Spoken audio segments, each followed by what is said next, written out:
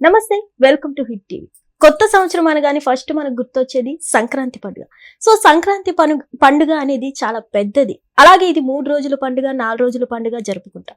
So మొత్తానికి భోగి, సంక్రాంతి అలాగే కనుమ విశిష్టత గురించి తెలియజేయడానికి ఈ రోజు మనతో పాటు శ్రీ జగద్గురు పీఠం చైర్మన్ వారసురాలు మైలవరపు నాగమణి గారు ఉన్నారు. వారితో మాట్లాడి విశిష్టత గురించి తెలుసుకుందాం. నమస్తే అమ్మ. నమస్కారం అమ్మా. బాగున్నారా? బాగున్నాను తల్లి. అమ్మ, ఇప్పుడు సంక్రాంతి వస్తుంది. సో ఫస్ట్ జరుపుకునేది భోగి. సో భోగి ఎలా జరుపుకోవాలంటారు? భోగి మంటలు ఎలా పెట్టాలి? ఆ రోజు ఏ స్నానం చేయాలి, ఏంటి? చాలా మంచిది, తెలుసుకుందాం అన్ని విషయాలు. ముందుగా హిట్ టీవీని చూస్తున్న ప్రేక్షకులందరికీ భోగి శుభాకాంక్షలు.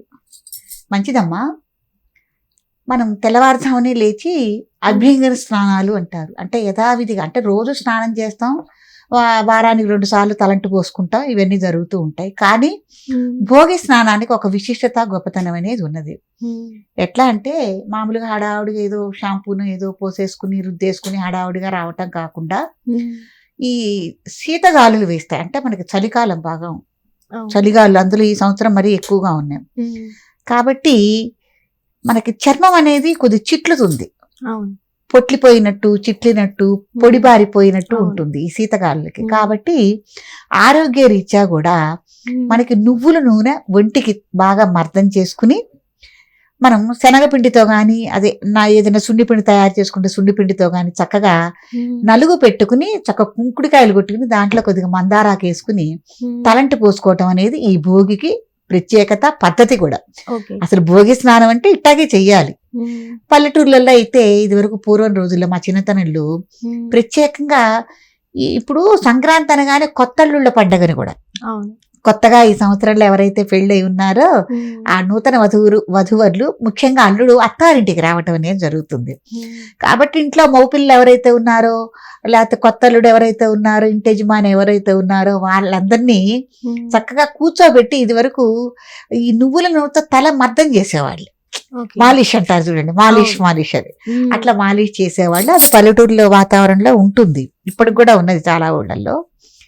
తర్వాత ఇదంతా భోగి స్నానాలు అయిపోయిన తర్వాత ఒక్కొక్కసారి అంటే వీలును బట్టి, అంటే 3 గంటలు 4 గంటల ప్రాంతంలోనే భోగి స్నానాలు చేయాలి.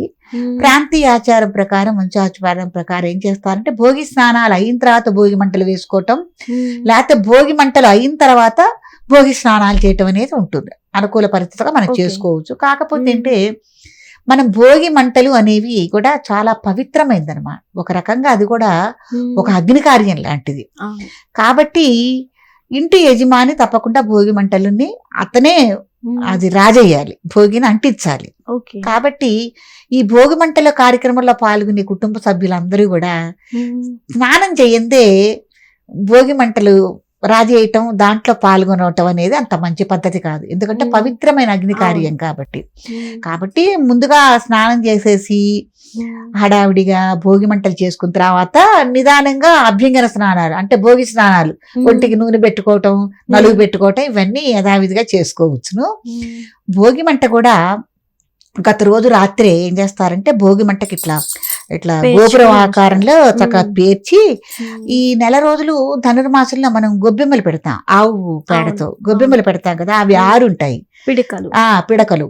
కాబట్టి వాటిని కూడా ఒక దండలాగా ఏర్పాటు చేసి ఈ భోగి మంటల్లో మధ్యలో పెడతారు. ఆవు పిడకల్ని పెట్టి ఒక గోపురం వల్లే కట్టి, జనపనారతో గాని గోగునారతో గాని గోపురం వల్లే కొద్దిగా కట్టి, అంటే పడిపోకుండా ఆ చుట్టూ కూడా ముందే కళాపు జల్లి కళాపి మీద ఈ భోగి మంటని ఏర్పాటు చేస్తారు. గత రాత్రే చేసుకుని ఉంచుకోవాలి మనం, ఉదయాన్నే అంటే కుదరదు కదా. చేసిన తర్వాత దాని చుట్టూ వలయాకారంతో చక్కగా రంగవల్లులు దిద్దుతారు, ముగ్గులు వేసి చక్కగా గుండ్రంగా. తర్వాత దాంట్లో కూడా రంగులు అద్దుతారు. రంగులు అద్దటం వల్ల విజువల్ గా కూడా చాలా అందంగా ఉంటుంది.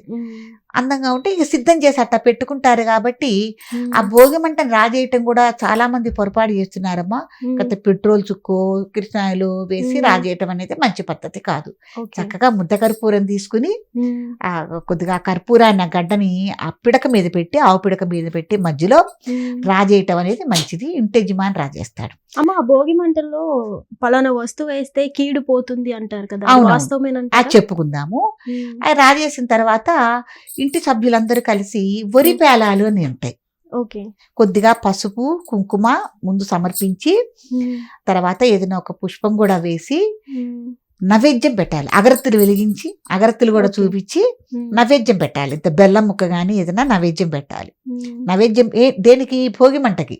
ఓకే. నైవేద్యం పెట్టిన తర్వాత వరి పేలాలని ఉంటాయి. అవి అందరూ తలో పిరికెడు తీసుకుని కుటుంబ సభ్యులందరూ వరి పేలాలు కూడా భోగి మంటలో సమర్పించడం అనేది మన ఆచారం, సంప్రదాయం కూడా. అక్కడికి అది పవిత్రమైన అగ్నికార్యం. ఎందుకు చేసుకోవాలంటే మనలో ఉన్న దుర్గుణాలని పోగొట్టుకుని ఈ భోగి మంటల్లో సకలం దాంట్లో వదిలేస్తున్నామని రాబోయే వేసం కాలానికి కూడా ఇది సూచికగా మనం చేసుకోవటం అనేది జరుగుతుంది. ఇట్లా అన్ని ధూపము అవి నైవేద్యం అయిపోయిన తర్వాత కుటుంబ సభ్యులు ఎవరైతే ఉన్నారో అందరూ చక్కగా భోగి మంట చుట్టూతా చేరి ఒక వలయాకృతంలో ఒక నాట్యం గాని ఏదన్నా చేస్తున్నట్టుగా చుట్టూ తిరగటం అనేది ఉంది. లేదంటే 3 సార్లు ప్రదక్షిణ ఆకృతిలో తిరగాలన్నమాట. ప్రదక్షిణం చేసి దండం పెట్టుకోవటం అనేది మంచిది. కొంతమంది చక్కగా మనం సరదాగా ఉండాలంటే అక్కడ ఏమన్నా బావలు లేకపోతే మరదళ్ళు ఇట్లా కొత్త అల్లుళ్ళు వీళ్ళు ఉంటారు కదా, సరదాగా ఏదైనా ఇట్లా పాట పాడుకుంటూ వలయాకృతంతో తిరుగుతూ భోగి మంటని మనం పూర్తి చేసుకుంటాము. చేసుకున్న తర్వాత ఈ రోజున విశేషంగా మనం స్వామివారికి పెట్టే నైవేద్యం ఏంటంటే పులగం. పెసరపప్పు, కొత్త బియ్యం వస్తాయి కదా రైతుకి, వస్తాయి కాబట్టి ఆ కొత్త బియ్యానికి పెసరపప్పు చేర్చి నెయ్యి వేసి పులగం వండి స్వామికి నైవేద్యం పెట్టడం. ఇంట్లో మనకి దైవారాధన యథావిధిగా షోడశోపచారాలతో భగవంతుడికి పూజ చేసుకోవటం, ఇవన్నీ మనం భోగి రోజున చేసుకుంటాము. సాయంత్రం పూట ఎవరైతే 5 సంవత్సరాల దాకా ఉన్న పిల్లలు ఎవరైతే ఉన్నారో వాళ్ళందరినీ చక్కగా పీటలు వేసి కూర్చోపెట్టి భోగి పళ్ళు పోయటం అనేది కూడా మనకి ఈ సంక్రాంతి భోగి రోజున విశేషమైంది. భోగి పళ్ళు పోస్తాం. తర్వాత చక్కగా నలుగురిని పిలుచుకుని పేరెంట్ని పిలుచుకోవటం, వాళ్ళకి వాయినాలు ఇచ్చుకోవటం, ఇవన్నీ చేస్తాము. చేసిన తర్వాత ఇంకోటి ఏంటంటే భోగి రోజున ఈ చిన్నపిల్లలకి భోగి పళ్ళు పోయటమే కాకుండా బొమ్మల కొలువు అని కూడా పెట్టుకుంటాం మనం. ఈ రోజునే కనుమ రోజునే బొమ్మల కొలువు ప్రారంభిస్తారు. అంటే లోగా ఏమైనా ఇంట్లో బొమ్మల కొలువు పెట్టడం కూడా వంశాచారం అమ్మ. ఎవరైతే ఇంట్లో ఆడపిల్లలు పుట్టారనుకో వాళ్ళు కానీ, లేకపోతే కొత్త కోడళ్ళ చేత కానీ కొత్త బొమ్మలు పెట్టించడం, అంటే ప్రతి సంవత్సరం పెట్టాలి. ఇది వంశాచారంగా కూడా వస్తుంది బొమ్మల కొలువు పెట్టుకోవటం. పాత బొమ్మలు ఏమన్నా ఉన్నాయనుకోండి, గత 2 రోజుల క్రితమే మనం బొమ్మల కొలువు ఎక్కడ పెట్టాలి ఏంటనేది ఆలోచన చేసుకుని కొలువు ఏర్పాటు చేసుకుని ఆ పాత బొమ్మలతో పాటు ఈ రోజున కొత్త బొమ్మలకు కూడా యథావిధిగా పూజాది కార్యక్రమాలు నిర్వహించుకుని ఆడపిల్లల చేత మళ్ళీ ఆ పాత బొమ్మల కొలువులో ఈ కొత్త బొమ్మల్ని చేరుస్తారు. ఏ సంవత్సరానికి ఆ సంవత్సరం అట్టా చేసుకోవాలి. చక్కగా ముత్తైదులందరినీ పిలుచుకుని చక్కగా శనగలు వాయినం ఇచ్చుకుని తర్వాత మనం అరిసెలు, చక్రాలు ఇవన్నీ చేసుకుని ఉంటాం కదమ్మా, అవి కూడా వాళ్ళకి తినటానికి పదార్థంగా పెట్టుకుని ఇవన్నీ మనం భోగి రోజున చేసుకోవాల్సిన కార్యక్రమాలు. అమ్మ, చాలా మంది ఈ భోగి మంటల్లో చెత్తా చెదారం వేయడం, పాత సామాన్లు వేయడం చేస్తుంటారు కదా, ఇట్లా వేయచ్చు అంటారా? అది అంత మంచి పద్ధతి కాదు. ఎందుకంటే భోగి మంట కూడా పవిత్రమైన అగ్ని కార్యం కాబట్టి ఈ పాత సామాను పనికిరానివి దాంట్లో వేయటం ఇదంతా మంచి పద్ధతి కాదు. ఒక రకంగా ఏదో చిలిపితనంతో చేసే పని తప్ప మంచి పని మట్టుకు కాదమ్మా, అసలు చెయ్యొద్దట్లు. ఓకే, ధన్యవాదాలు.